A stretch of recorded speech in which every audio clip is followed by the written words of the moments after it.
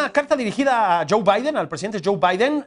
Varios congresistas norteamericanos le piden que intervenga, dados los cambios en la política energética de México. ¿Por qué? Porque, dicen, socava el tratado comercial que hay entre esos dos países y Canadá y las inversiones de Estados Unidos en ambos lados de la frontera. Bueno, los legisladores dicen también que la nueva legislación aprobada por el Congreso mexicano da un trato preferencial a las empresas nacionales y obstaculiza la competitividad en América del Norte. Tema tremendo. Bueno, pues para hablar de esta nueva política energética, de cómo afecta al TEMEC, le doy la bienvenida a Guillermo García, economista, especialista en Derecho Internacional Energético. Guillermo, ¿cómo estás? Muy buenas noches. Hola Julio, saludos a ti y a todo tu auditorio, acá desde la Universidad de Texas A&M. Oye, te lo pregunto así directamente. Con vistas al TEMEC y dado estos últimos cambios a la ley, ¿estamos en un problemón? Pues mira, como yo lo explico normalmente en Estados Unidos, esto no es un tema de si México puede o no puede, es un tema de qué tan caro le va a salir a México. Porque es muy importante tener claro que todos estos tratados que existen firmados entre México y Estados Unidos, incluso no hay que olvidar que también hay otros inversionistas en el sector energético que vienen de otros países, hay muchos inversionistas europeos y ahí les aplicarán sus propios tratados bilaterales de inversión que se tienen con países europeos concretamente.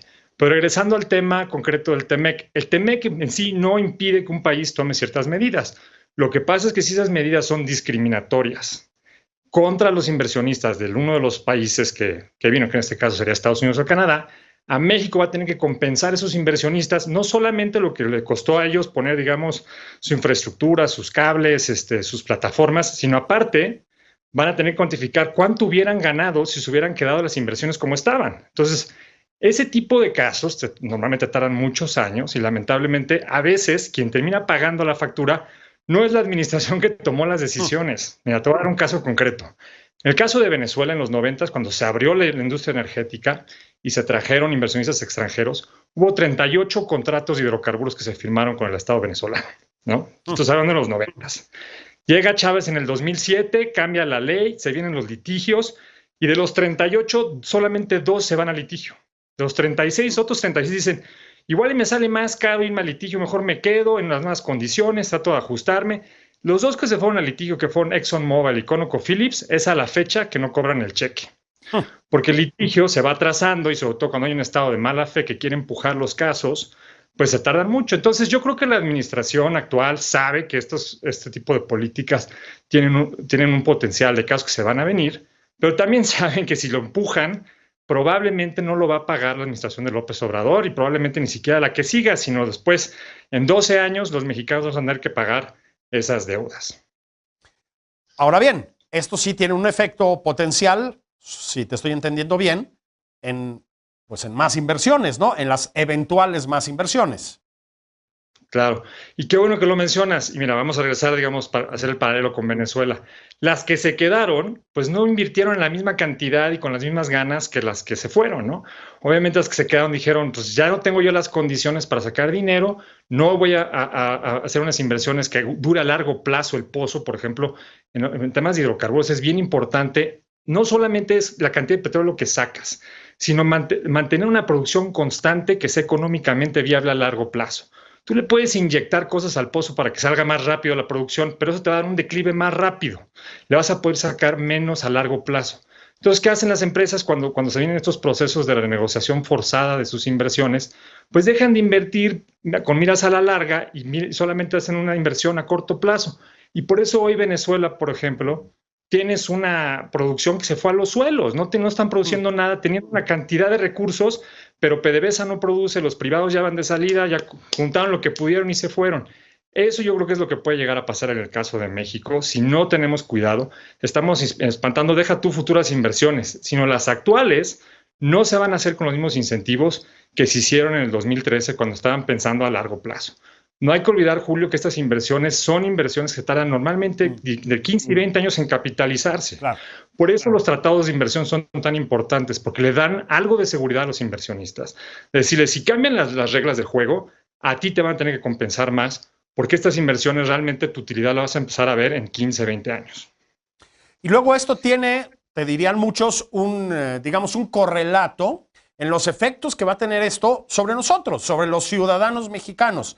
No solo porque nos puede costar muchísimo dinero, te dirían, sino, y ahí esa es la pregunta, porque se habla mucho de la falta de capacidad de las empresas del Estado en México, del sector, para abastecernos de luz, de gasolina y de lo que sea. ¿Es verdad?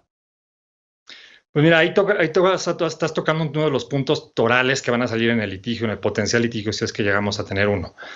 Los estados pueden tomar ciertas decisiones, y los tratados lo contemplan así, que afecten a las inversiones. Eso está regulado. ¿Qué va a decir el Estado mexicano? Si hay un tema de seguridad esencial, yo puedo regular. Si hay objetivos legítimos de interés público, como son salud, medio ambiente y seguridad, yo puedo regular. Incluso si afecta las inversiones y las expectativas legítimas del inversionista. Eso no está penado y eso está bien. Hay que darle algún margen de maniobra regulatoria al Estado. Ahora, ¿qué es lo que analizan los tratados? 1, ¿es discriminatorio contra los actores privados? Y 2, ¿pudo haber tomado alguna decisión el Estado que fuera menos discriminatoria y que afectara menos a las inversiones y al comercio trilateral? Y ahí es donde viene realmente el test al Estado mexicano. Porque si la alternativa del Estado mexicano es, no, lo que quiero es centralizar para que el Estado, los paraestatales operen estos servicios, pero los paraestatales no tienen la capacidad financiera ni técnica para hacerlo, se te cae el argumento. Tú tienes que probar que realmente Pemex y CFE pueden hacerlo solos sin la participación de los privados, para que entonces digas, bueno, hubo un interés legítimo ahí. Pero me parece que en esa parte el Estado mexicano tiene cuesta arriba el argumento, porque como lo hemos visto, CFE y Pemex no tienen la capacidad de cubrir toda la matriz energética. Para eso se hizo la reforma energética. Incluso aquí, si me lo permites, me parece que va en contra incluso de la visión del Estado mexicano que trae actualmente.